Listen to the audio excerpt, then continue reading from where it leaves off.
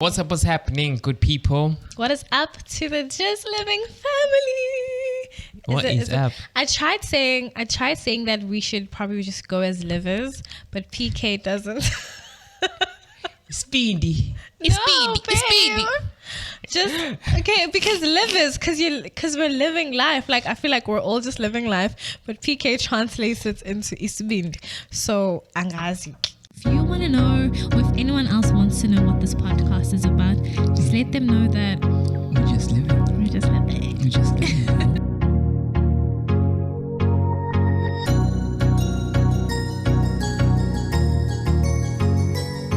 Welcome back to another episode of What's the up? Just Living podcast. My name is Upo Ponzele. And I am the PK. We are a couple based in Durban. Yes. And we have a podcast, and follow it. Subscribe. Okay, I Yeah. was supposed to do the intro, and I'm like, okay, I need to say this. I'll say this. But You basically, did we good. yeah. We are a couple from Durban. We are a couple from Durban, and follow Yeah, our guys. podcast. Today we're going deep. Yeah. But Well, not that because deep, we though. didn't want But, to, it's this week we didn't really want to go deep into a specific topic. We just thought, you know what, let's just lay out a couple of questions and see, what flies, what catches and whatever. So we're doing 10 questions today. We're asking each other 10 questions, and we're going to be really honest about it. And, the way we always are, we're going to relate it to our lives, and we're just going to be real about it. But hit that subscribe button. Yeah, definitely hit that subscribe button. Help us get to 500 subscribers. You already know what the questions are because you should have read through the description. If you haven't, I'm kidding, but it's very interesting. They are very interesting questions. Yeah. So let's get into it. Yeah. Okay. So, question number 1 Yes. is, who is the person in your family you're most honest with? And explain a moment that you had with them where you were being like really honest, maybe opening up, whatever. Damn. Okay. Just Wow. get Surprise. straight into it. It's like dive straight into it. I'd say my big brother. My big brother basically took the ropes after our parents died and became basically a parent to Parental us. figure, yeah, definitely. So definitely him. I definitely speak my truth with him. Whatever I'm feeling, whatever I'm thinking, especially when stuff starts getting like super hard and stuff. And I'm also able to talk to him about his own stuff, whether not his own stuff, but if he has questions, I can be honest with him, because he does take me as a person who is like honest and will tell him straight up, basically, what's up. And what have I said to him? I think when I was going to engage a certain somebody, That's me. that's the first person I spoke to. That's the first person I went to, and we chatted about it. So let us in a little bit on that conversation. Like, obviously, I know we want to do a topic one day where we do talk about the whole engagement process and stuff. Yeah. But like, how does it sound like? Like, what's the first couple of things you say to him, and what's the gist of what he kind of says back? Okay, so he already knows that you were knocked up, right? He knew that, ne? Yeah, he knew Yeah, that. he Remember, knew. because he said he had that Yeah, that dream. Yeah. So Fuck. yeah. Oh, you can't keep secrets in our household. That doesn't. Not my like, that, not that, my big brother. That never. Not my especially not happens. my middle, not my middle brother. Or and me. Not me. Or you. Or her. Can't keep Your secrets. tongues will literally tell you They'll same just time. tell on you, and one of them. Next thing, one of us are dreaming or has something happening in someone's life. Yeah. Annoying. Yeah, definitely. I love that about our tongues. Oh, yeah. I love that about them. So I told them that I kind of think it's time, and I feel like I have found the right one. For myself and my family, because obviously I can't think about myself alone. And it's like, oh, okay. So what is his advice? Like, what is his advice? It was more, you know what, if you have thought about it and you think, you know, this is the one, basic. Oh, they didn't know you were new. They didn't know her at all from above. So yeah, not me. Like, they didn't know me personally. They just knew I existed. Yeah. So yeah, that's what he said at the beginning, and then obviously he wanted us to obviously talk to the uncles, talk to my aunt, and who was really mad at him at the time. Yeah, I heard that. Like, how old was I? You weren't. I was 28. Yeah, were you 28? You hadn't turned 28. No, I met you when you were 26. Mm-hmm. 28. About 20. Yeah, I was 28. Yeah. No, okay. I was 27. You were 27. You hadn't turned 28. I was 27. Yeah, you were 27. 27. So black kids. Let me not say black kids. If you're 27 and you have a kid, it's still not allowed.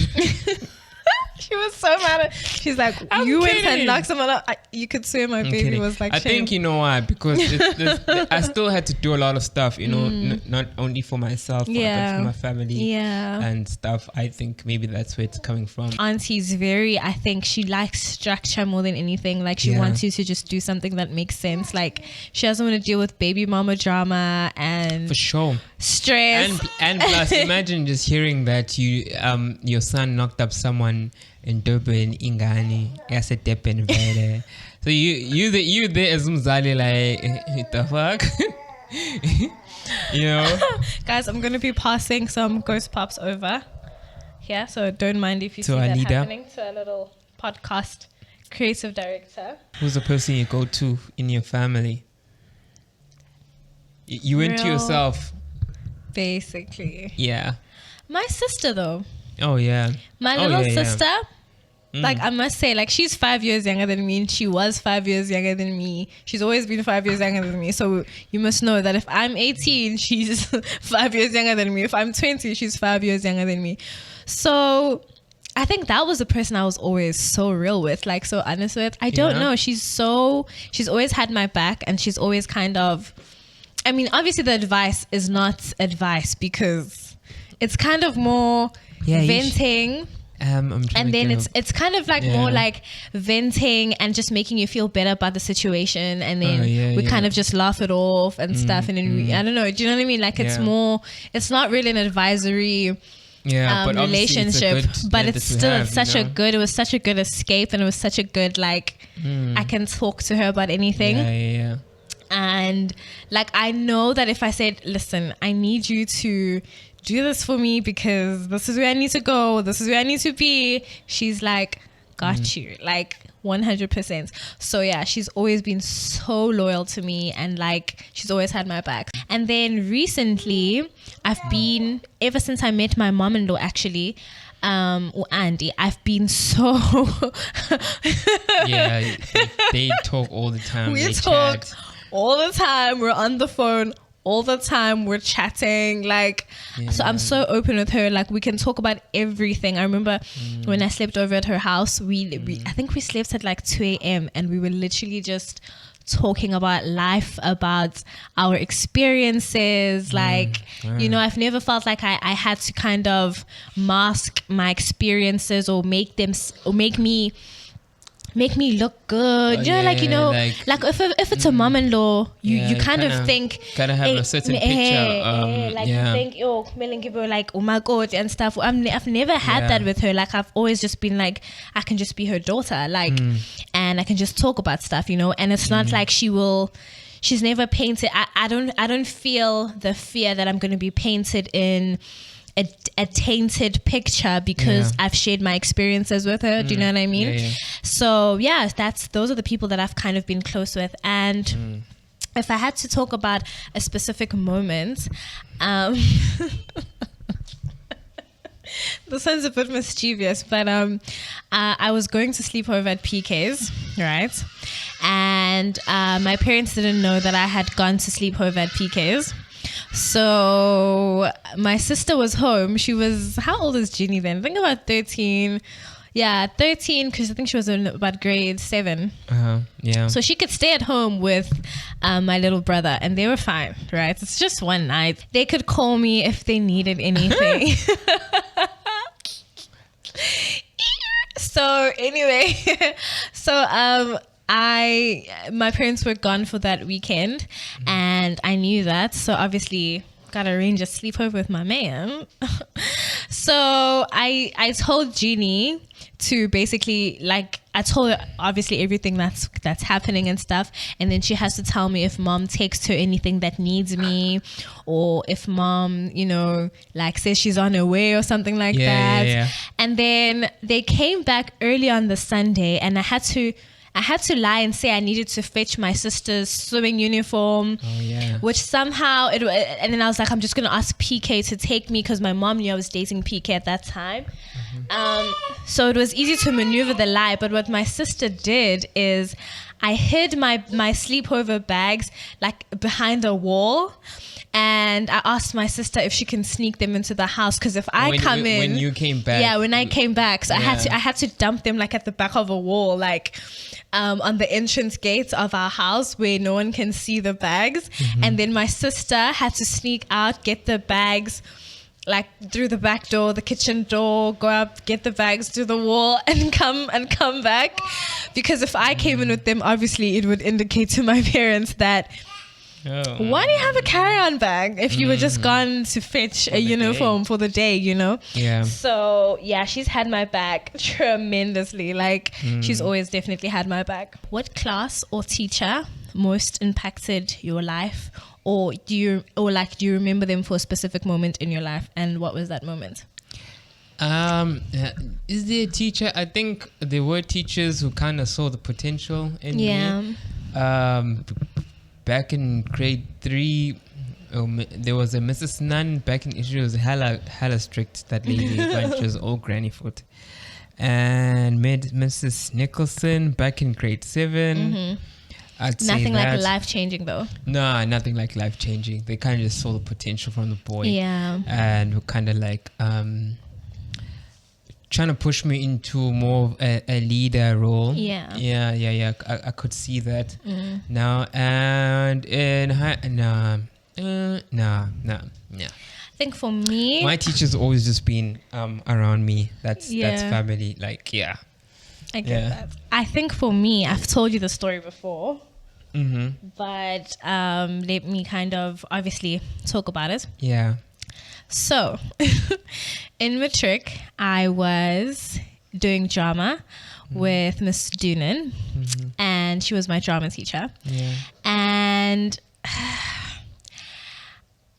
I was really good at drama, but I never ever gave off my best, you know. It was one of those subjects where I had a prevalence in my life, by the way, of all my teachers saying the same thing, you know. She's so smart, she's so bright, I don't understand how these marks are her marks. Like, she could do 10 times better. Like, I always had a problem of never reaching my potential. And to be honest with you, I had a problem of never trying to in the first case. You know, I told you this before, but I've never looked at something and thought to myself, yo, I worked so hard for that. Like, that was never a theme in my life where I felt like I've ever worked for anything. I knew everything I did was kind of the bare minimum, day before stuff. Work it out, you know, short notice, like that was just me. And so with her, I would always, like, it would be every Monday, every weekend we'd get an essay to do, and on Monday it was due. And I think for 2 weeks in a row, I gave her half-ass essays, like crappy work, guys, like crappy work that I scratched together the day before on the Sunday off, like the Sunday nights, because I know I have to wake up tomorrow, like crappy work. And in the third, I just didn't do it, so like I didn't even bother anymore. And she was like on my ass. She's like, you know what, I'm not gonna give up on you. One thing about you, you're gonna do your work, sure, and you're gonna do it well, okay? And I will know if you do not give me quality, because I know you. I know how much you can do. So if you give me crap, you get attention. If you give me crap, you know, this is what happens. Like, I will let you know you've given me crap, you know. Yeah. And she did not, like, she left no space for me to give her crap. Like, Jeez. oh my gosh, and I hated her for it, right? Like, we used to fight all the time. I hated her for it. Like, stop. Like, why are you picking on me? Just leave me alone. Just do like all the other teachers. Just give me a mark, and then, you know, come at my reports and tell me how I need to, you know, do better next year. Like why do you care? Yeah. Do you know what I mean? Why you bothered? Yeah, like, and I hated her so much for it. And when I got my drama results and it was an A, like, that was the only person I wanted to go to, like, to show her. Like, that was the only person in the world I wanted to show my matric results to. And I gave her such a hard time, you guys. I gave her such a hard time, and she didn't care. And I really wanted her to just drop me and leave me alone and just, you know, not care about me. And she really did. And, you know, it wasn't just her pushing me to do work, but she really, like, gave me opportunities as well. Like, if there was going to be a performance, she'd be like, you know, do the performance. You know, she selected me to be one of the directors for house plays and stuff. She really saw me, and, like, she saw me and she saw when what I was giving wasn't me. Yeah. Next question. Okay, what are you most grateful for? I think at the end of the day, I'm most grateful for life. I'm most grateful for the mind that I was given. Yeah. For the family that I was given. Talking now just about siblings. You know, the people that I was brought in this life kind of with. You know, my two brothers. Like, I'm most grateful for, I think, those three things. Mostly, you know, because Ngondo takes you a long way. You know, you are with yourself until you're with other people, you know. Yeah. So definitely Ngondo and the people that I was around, which are my brothers, and I'm like 40% of, like, the minds that they are like double that, like 80%. Like, each one of them touches a different so part, special, and then and I'm also like great at a balance something, of them both, you know. So I'm really grateful for that, you know. I think with obviously how I was raised, I would say that with obviously you know, stuff happening to us as young kids, you know, I think it probably that's where it stems from. But yeah, most grateful for that, man. And life, Jay. Life, you know, you can have your ups, you can have your downs, you know. As long as Konimpiro, like, you are alive, you know, you can do something about it. Even if you're pressed down, it won't be forever, but you can do something about it, and you can work it out. Yeah. I love that, babe. I think I went a bit deep there. It's okay, baby. I love that. Like, your guys' family is so simple. Like, it's just so simple and built on the most basic fundamentals that, but the fundamentals are so strong that it I feel like it really does just make you feel like every kind of problem just goes away, or it's every problem, there's definitely a possibility for it to be solved or overcome. And it's such simple concepts, like just love, trust, non-judgmentalness, honesty, like freedom. You know what I mean? Like, it's not hype, it's not anything scientific. It's just the beauty of the simplicity of, I guess, real true love, real true loyalty, real true, like, love, like, you know. For real. I think what I'm most grateful for is definitely, obviously, my life. I have had times where I felt like I shouldn't be alive, or I've had close call moments. And to give you guys a little bit of a break, a little bit of like a background, just growing up in my teens, I touched on it in episode 1, but obviously with sexual trauma, it turned me into such a reckless human being. Like, I would do the most reckless things. And when I say reckless, I mean reckless. Like, if I got into a car with a stranger, that wouldn't be shocking. I didn't have that understanding of how precious my life was. I didn't have the value of life, and when I didn't, someone must have. So who was it? You know, it was God, it was my ancestors, ancestors. They knew that me living is important and that I am not defined by that one moment that made me that reckless human being, you know, even when I thought that that's kind of all I was, you know. And yeah, I treated my life so terribly, like just growing up, and I was too young, but I just didn't care, you know. And really, I'd get a thrill from being in dangerous situations. I'd get a thrill from being surrounded by people that are dangerous and stuff. And one day,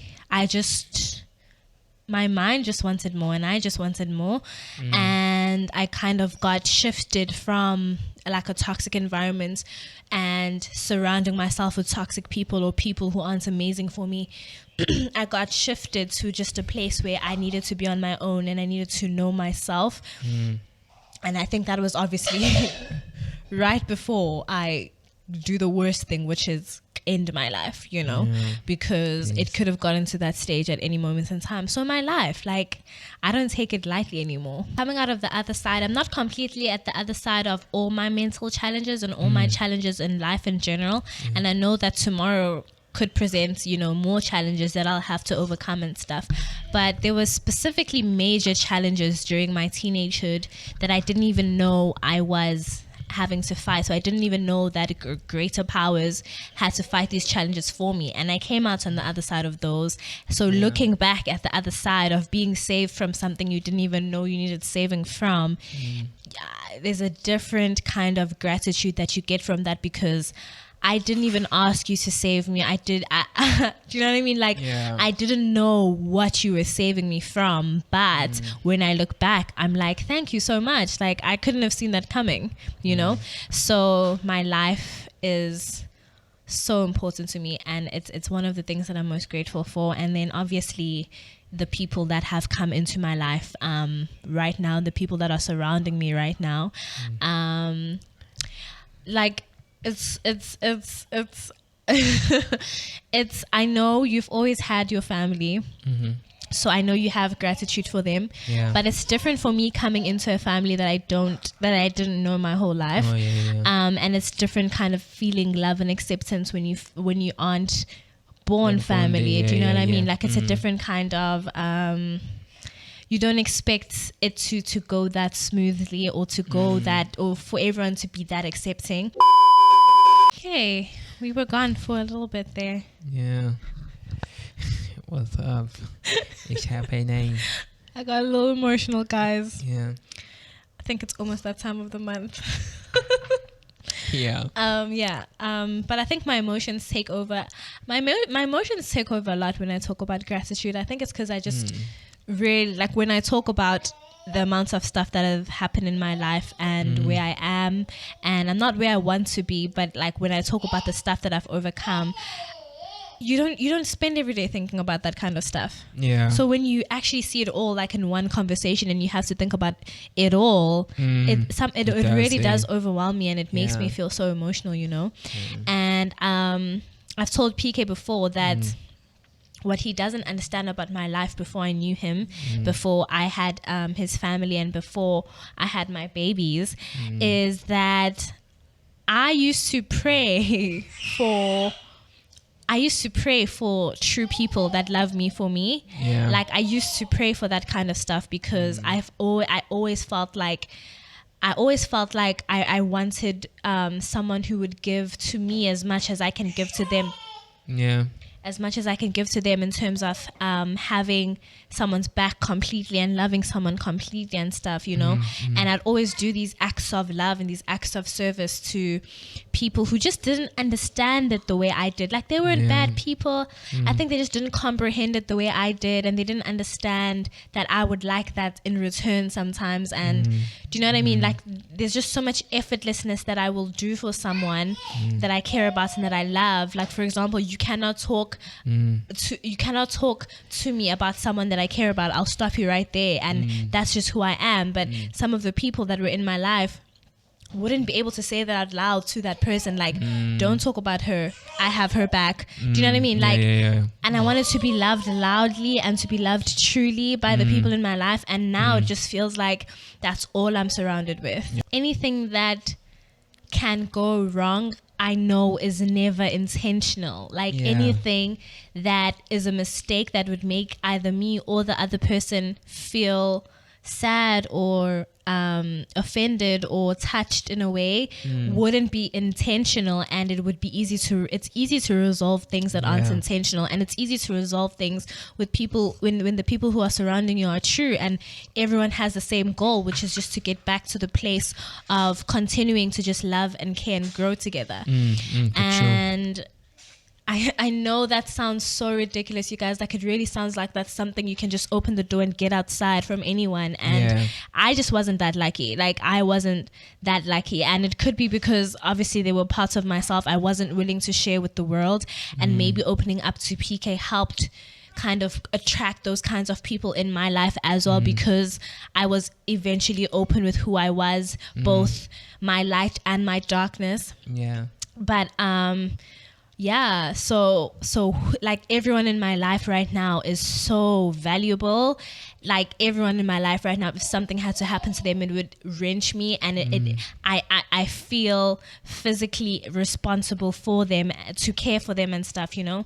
So that was something I never imagined having. That was something that I prayed for, but I didn't really know it would come this way, especially because you hear so many stories. I'm talking a lot. But you hear so many stories about in-laws being like this or being like that, and mom-in-laws being like this and being like that, and that's not the type of drama I have in my life, like thank God, at all. You know, like when we go home, it's literally a breath of fresh air, like wherever we are, you know. So like it's obviously like my life right now, and the people in it are kind of a massive blessing, you know. What's the biggest risk you've taken, and would you do it again? The biggest risk I've taken, I don't think I've taken a risk as yet. Really? Like a big risk. Yeah. The only risk that I probably think of is all financial stuff. You know, when I bought my car, I thought I was taking the biggest risk because of the amount, you know. Yeah, the they monthly wanted, installments. and you know, I think it's always just been financial. I don't think I've gotten to like life, personal risk type of stuff. I don't think it's gotten to that as yet. I think you've never taken a bet on like I don't know, a business or a moment, like, oh crap, I just hope the outcome is just works out or something like that. Like, I mean, it's probably gonna be when we start building. I'll probably, that's gonna be a big risk that I'll take when we do eventually do that.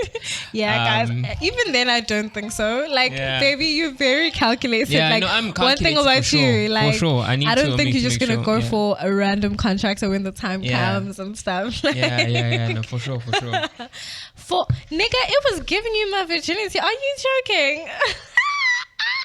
Well, the risk. Yeah, that was a massive risk. What the fuck? Like, damn. Yeah, I could have been a douchebag. Hey, you could have been a piece of shit. I mean, I can also say that obviously choosing you could have been a risk. You were not a virgin, baby. Okay. And I was banking on the fact that, like, knowing inside that I feel that you're my husband. So that's a massive thing to put something on. That's a huge risk. To put virginity on, like. So I felt comfortable doing a lot of risque stuff with you, with the comfort that you just feel like my husband, which is a terrible thing to bank on when there hasn't been any promises in place or anything like that. So but would I do it again? Yeah, I mean. Okay, what are you most selfish about? Time. I was about to say your time. Time. I'm very selfish about time, man. Right now, obviously, it's because I don't have a lot of time with everything going on. Yeah. But yeah, time. Same. I'd say I'm also selfish about my time, how I spend my time. Yeah. I mean, also with having a baby, you know, like after he goes down to sleep, we're there contemplating, do we use this time to sleep? Do we use this time to do fun things and watch the things, do the stuff we enjoy? Like, which one do we choose? Because, like, you know, so much, like, baby is just there all the time. Yeah. Jeez. Okay. What do you worry about the most? I think I worry about making it the most. Yeah. You know, will I make it? Yeah. You know, it's at the back of my head. Somehow I know that I will. You know, I bank on myself a lot and my tongues. Tongues are ancestors, by the My way. tongues. Sorry. Yeah, it's at the back of my head, but it's just because it hasn't manifested like fully, you know, because I'm obviously have a lot of stuff that other people don't have, which I'm very grateful for, but it's not where I want to be, you know. Yeah. You know, I want to be at a certain place. Yeah. So,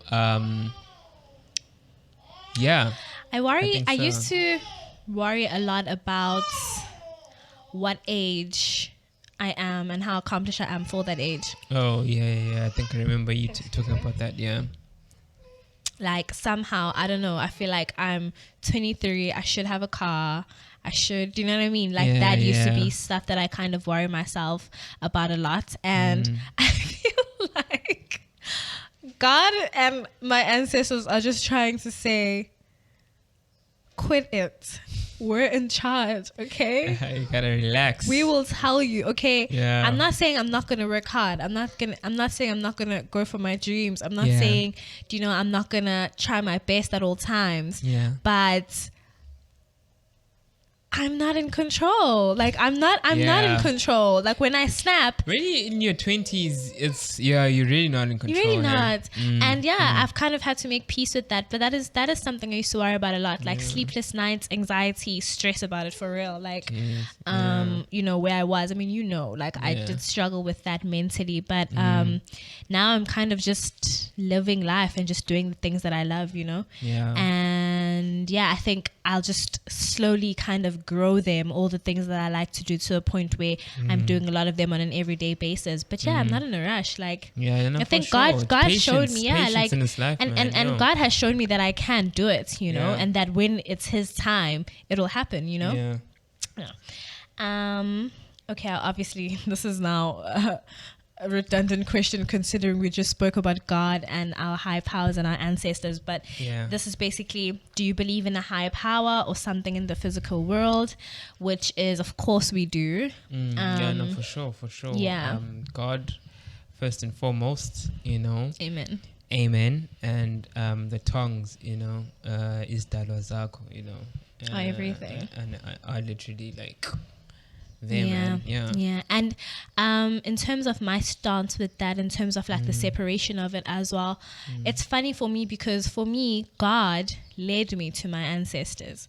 So it's hard to determine a world where ancestors mean something completely different to God, because I only knew God at a point in my life, and my ancestors revealed themselves through God, and I connect more with my ancestors when I am in prayer.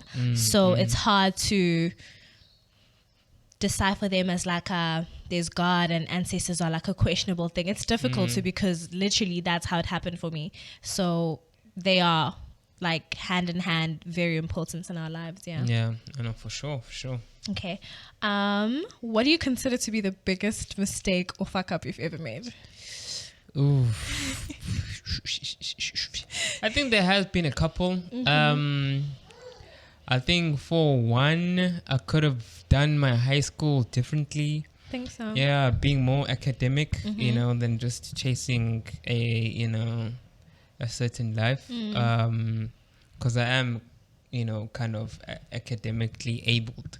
Is that even a thing? Yeah, he is. Yeah, so and you definitely only got into tune with that in your later ages. Yeah, like my BTech and stuff.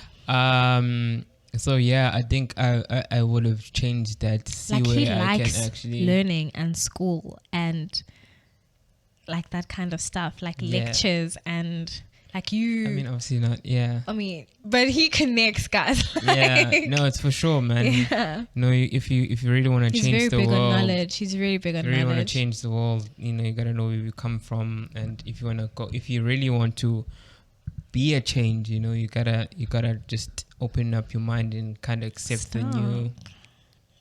Why are you talking like that? Yeah, so knowledge for sure, man. I definitely would have gone the knowledge way, and more than but I feel like it's a balance, I guess, because if I had gone the knowledge way, I'd be sitting here with probably accomplishments like, you know what, I feel like I would have just taken a chill pill back in high school and I actually enjoyed my life. Yeah. You know? So it's a balance. It's a balance. But it's better. I think it's better, obviously, now that, you know, I've gone through that and I'm fine with that. And you had And mad now- enjoyment, like your party days, for sure. Yo, you really went in, 100%, like no lie. There's no lies there. So going the kind of educational routes and mental route now, I guess, is cool because, you know, I've got all this time in inverted commas to now kind of catch up. But yeah, to be great, you kind of need to start at an early age. I think that's where the mindset is, or where my mind is with like kind of that. Yeah. I think when I was in high school, I think maybe I would have made connections with more people and friendships with more people if I was willing to open myself up and if I was able to open myself up. So I think one of the biggest mistakes was kind of not taking that challenge on at an earlier time, because I feel like maybe I'd have more true friendships and maybe better high school memories. Like there are very few people that I speak to who are still from my high school and stuff, and the people that I have, like, their contacts were living their true lives from the beginning, and I just I don't know how to do that. Like, it just left me feeling so naked and exposed, and I could not imagine allowing anyone kind of into that deep circle, you know. For the most part, a lot of my stuff in my lives, I feel like some mistakes obviously were made and stuff, but I'm here now, and it's like, thank you, God, that I'm here now. Yeah, true. Hey, tell me a time that you completely felt like you were out of your comfort zone. I think every time I was thrown in a leadership position, or I'd say mostly it's when I was thrown in a leadership position. Let me just show him. Yeah, and you know, it starts off like nervous and stuff, but you know, it literally takes like not even 5 minutes for me to be myself, and then just like come on, like it's so easy. And then I think that would be it for me. For like, you, yeah. But you know, So. Do you want to say something? No. Okay. He is very strong, this one. Guys, we're at it's not even the terrible twos as yet. So I'm very shocked that terrible twos still have to happen, because we're going through it, you guys. He's just started walking and it's giving problematic. Forgive me, Dada, for being a terrible baby. Okay. Should I answer? Should we just wrap it up? Okay, Babsy, come on. We're wrapping it up, you guys. You guys are witness. We tried to answer the last question. Yeah. It's not working. The Babsy boy is out on the leash. He's what is it? What's the saying? I always fuck up sayings. He is out, basically. Yeah, the Babsy boy has escaped, basically. But yeah, guys, thank you so much for watching. If you guys have more questions or more topics or more video ideas that you'd like us to kind of explore and do, please let us know. We would love to do it.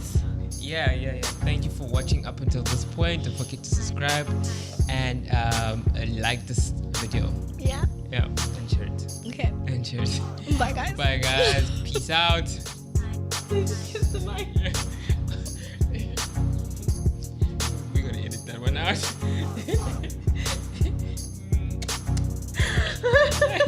My friend literally went into that. Babsy, come on. So.